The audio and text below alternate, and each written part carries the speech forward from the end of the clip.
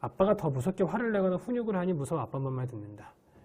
엄마가 하지 말라고 해도 들은 척도 안 하다가 아빠 한마디만 안 하네요. 개인적으로 무섭게 훈육하는 것이 아닌 것 같다 생각은 하는데 그렇게 하니 말을 듣고요. 그런 아빠가 저도 불편할 때가 있네요. 아까 아마 이제 할머니나 기억이 맞는지 모르겠습니다. 할머니, 할아버지, 그리고 남편하고 여러 가지 이제 양육 방식의 차이가 있고 이런 상황하고 조금 연결이 돼서 이제 답변이 되는 것 같은데요. 박준성 원장님께서도 간단히 좀 부탁드리겠습니다. 의견이 다른 부모, 그 다음에 조부모와도 양육 철학이 다를 때 이런 때인데요.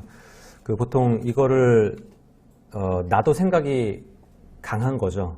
이렇게 강하게 억압적으로 하는 건 좋지 않아 라는 게 이제 어머님도 강하신 것 같고, 근데 아버님은 되게 강하게 억압적으로 하고 있는 거고요. 그러면 이런 경우에 아이한테 대하는 태도가 굉장히 달라지게 되죠. 이게 이제 좀 약간 해로울 수도 있어요. 엄마는 너무 허용적으로 하니까 나중에 엄마는 막대하게 돼요, 얘가. 그렇게 될 수가 있어요, 나이 들면서. 아빠는 엄하게 하니까 아빠 말은 잘 들어요. 그런데 나중에 청소년기 되면서 아빠랑 체격이 커지면 아빠한테 대들어요. 몸싸움을 할 수가 있어요. 그래서 저는 이렇게 한 명은 다 들어주고 한 명은 아주 강하게 가는 이런 양육이 조금 조선시대 양육인데요. 엄부자친이라고 하는 거예요. 엄한 아버지와 자애로운 엄마라는 뜻인데 이게 좀 안 좋아요. 그래서 요즘 시대에 맞는 양육은 균형 잡힌 양육인 것 같아요.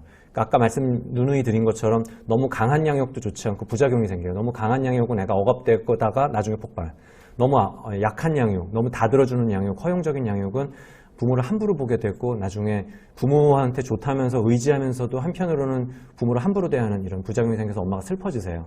그래서 너무 극단적인 건 좋지 않고 두 개가 좀 균형 잡히면서 들어가면 좋거든요. 근데 이게 나 혼자면은 내가 이거 균형을 잡아갈 수도 있는데 다른 사람은 말을 안 들어요. 내가 남편이 내 말을 안 듣고요. 남편 생각에는 내가 말을 안 듣는다고 생각해요. 얘는 이렇게 키워야 돼. 당신이 지금 애를 망치는 거야. 이렇게 얘기를 할 거예요. 그래서 이런 건 쉽지 않아요. 그래서 제가 드리는 조언은 아빠나 시부모나 친정부모나 양육을 다른 사람을 바꾸는 것은 쉽지 않다. 차라리 아까 김 원장님 얘기하신 것처럼 그냥 좀 거리를 두고 약간 덜 만나는 게 차라리 가능하고요.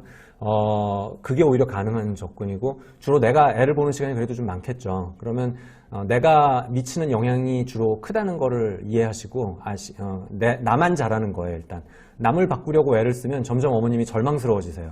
그래서 다른 사람을 바꾸려고 애쓰는 에너지가 있으면은 그 사람이랑 싸우지 마시고 그냥 나나 잘하세요.